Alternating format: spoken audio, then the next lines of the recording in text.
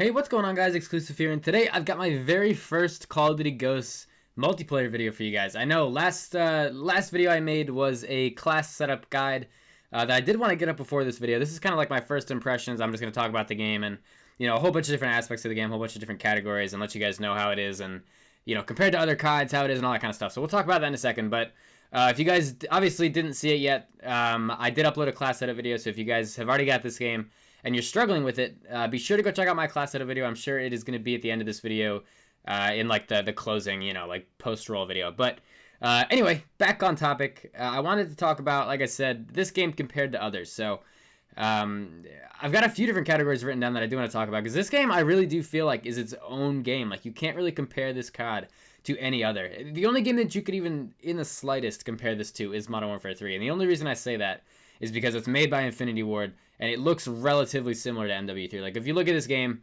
you could say it's MW3 if you didn't know, like, a new COD came out. But yeah, obviously it's not. I mean, the way this game moves, the way it feels, the way the guns sound, the way everything, just the way you move and the way everything feels in this game really is different. It's its own Call of Duty.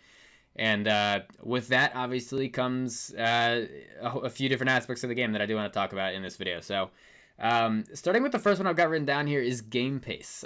That's actually a really big part of this game because, going from Black Ops 2, where you was extremely fast-paced, you were running around with submachine guns, you were just going crazy. At least that's the way I played. Maybe I was just very bad at the game. I have no idea. But, going from a very fast-paced game like Black Ops 2 to this game, I really do feel like you have to slow your pace down when you play this. If you want to play well in this game, I feel like you do need to slow your pace down. When I first got this game on launch night, I was just running around like a chicken with my head cut off, and I was getting absolutely just bent over, and it was not fun. I mean, obviously, I was doing well for the majority of the night, but there were definitely times when it got the best of me by rushing too much. So in this game, I feel like, playing slower and more conservative and trying to, catch your enemies in the side or in the back, it really does benefit you more. And I think that's just comes with a new COD. Every Call of Duty is a different pace. I mean, Modern Warfare 2 was either extremely slow-paced or extremely fast-paced. It kind of depended on how you played it. Modern Warfare 3 was extremely fast-paced because you had the MP7, you had the PP90.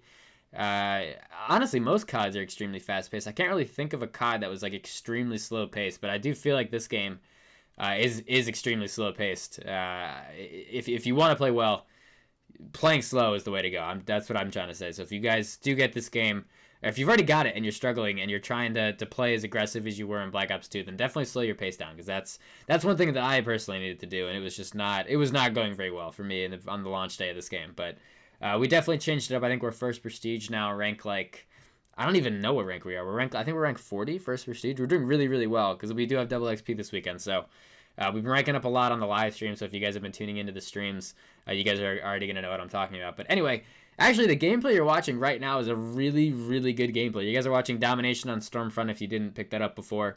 But if you guys don't know what a chem strike is, it's basically the equivalent of a moab in Modern Warfare 3. It's a nuke that you get after 25 kills of killing with just your weapon. It's extremely difficult to get because you can't get them with kill streaks, or you can't get them by jumping on domination points and having that add to your score streak. You can only get it from gun kills in this game, and it's extremely difficult to do. I've actually gotten 2 of them. Neither of them are recorded or on stream, so I can't even prove that I got them, which really sucks. But we came so close to getting one in this game, and you guys are going to see that. That's why I'm playing so conservative and I'm trying to play as smart as I can.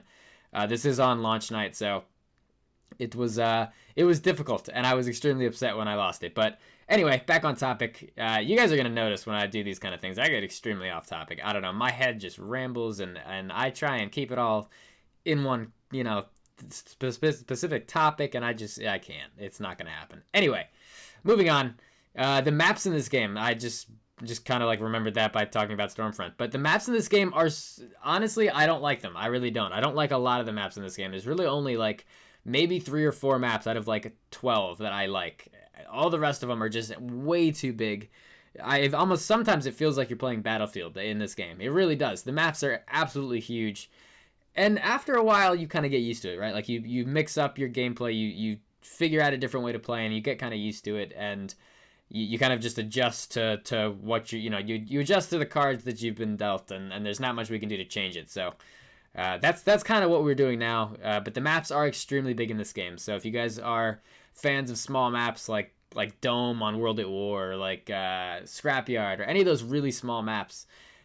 This game really does not have any. There's like, I think 1 or 2 small maps. I would honestly say there's 1 small map that would even get remotely close to classifying as a small map. Like the rest of them are like medium maps or extremely large maps, and it's just honestly it sucks. It really does.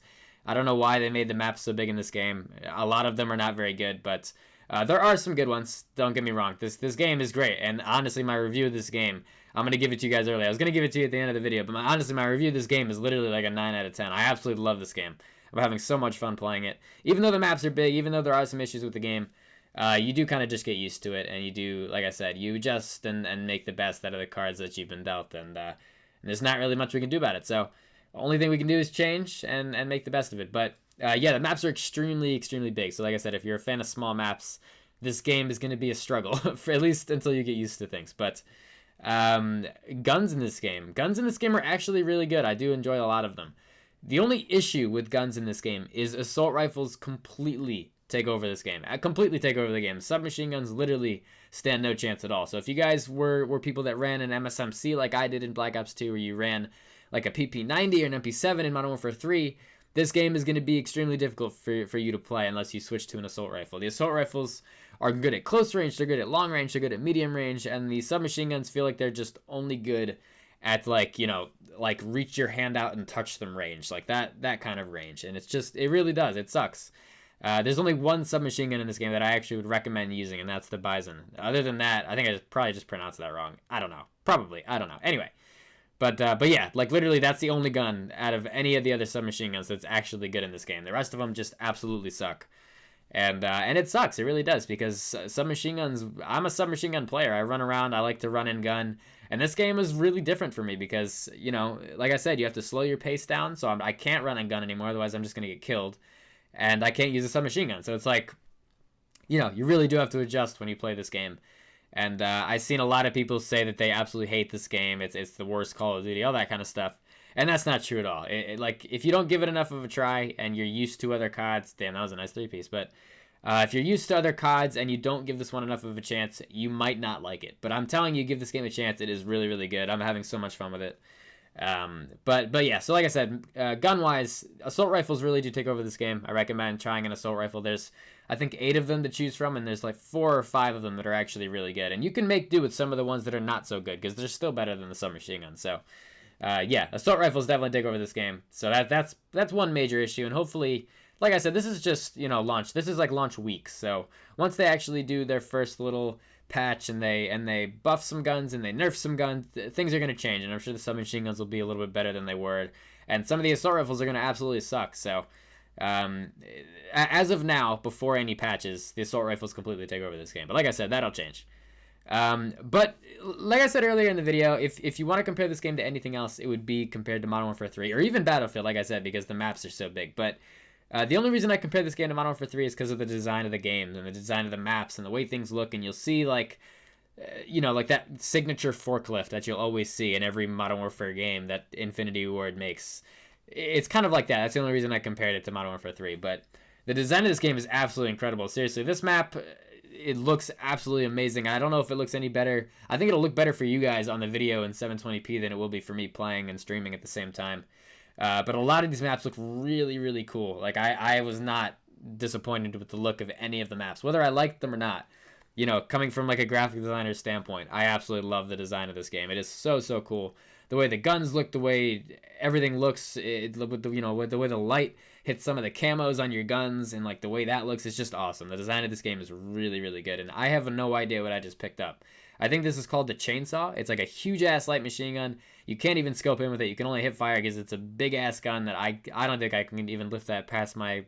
Honestly, if I tried to pick that up in real life, I'd probably just fall over. But anyway, that's enough about the design. I was going to talk about the chem strike, but I think we did that a little bit earlier. And we've already died, but we're 41-7 now, as you guys see in the upper right-hand corner. They did upgrade the HUD a little bit. They really do show you a ton. And that's good in a sense, but if you're trying to stream and you have to put your webcam in certain places... It's a struggle, but that's not what we're here to talk about. Going back to the design portion of this game, character customization, they really did a good job with that, and I want to talk about that a little bit. if you guys don't know, when you jump into this game for the first time, you have to create a soldier. Everything you play, everything that you have to unlock is unlockable by squad points. And the way you get squad points is just by playing, is by killing people, by earning challenges, by winning maps, winning games. Anything like that will get you squad points. And I think I have like 300 right now just saved up because I don't have anything to use them on. But that's how you literally purchase absolutely everything. So if you wanted to buy, if you wanted to unlock a gun, let's say that you don't even unlock until rank like 59 and you're rank 12. If you had the skill points to unlock that, or squad points. If you had the squad points to unlock that gun, you could unlock it at rank 12. So that's honestly one of my favorite parts of this game, is that really you don't have to wait for anything. If you had the points, you could buy whatever you wanted on rank 1 and you'd be completely set for the rest of your prestige. And that's pretty much what I did for my first prestige. But yeah, the character customization is absolutely awesome. You can customize your dude's headgear and his uniform and like his face you can change, and it's awesome. My guy looks like the character Ghost from Modern Warfare 3? Modern Warfare 2? I think it's Modern Warfare 3. I mean, Call of Duty Ghost, that's obviously based around him, the logos.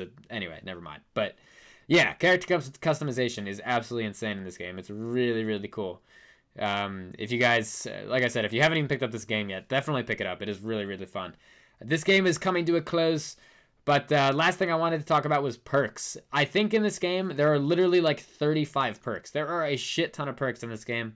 And if you guys check out my class setup video that is going to come up at the end of this one, I do a kind of a rundown of all the perks, and I let you guys know the best ones that I use and all that kind of stuff. But anyway, this game's coming to a close, guys. Thank you so much for watching. As always, I've been Xclusive. Hopefully you guys enjoyed this video. If you did, be sure to leave a like and a comment, and I will talk to you dudes later.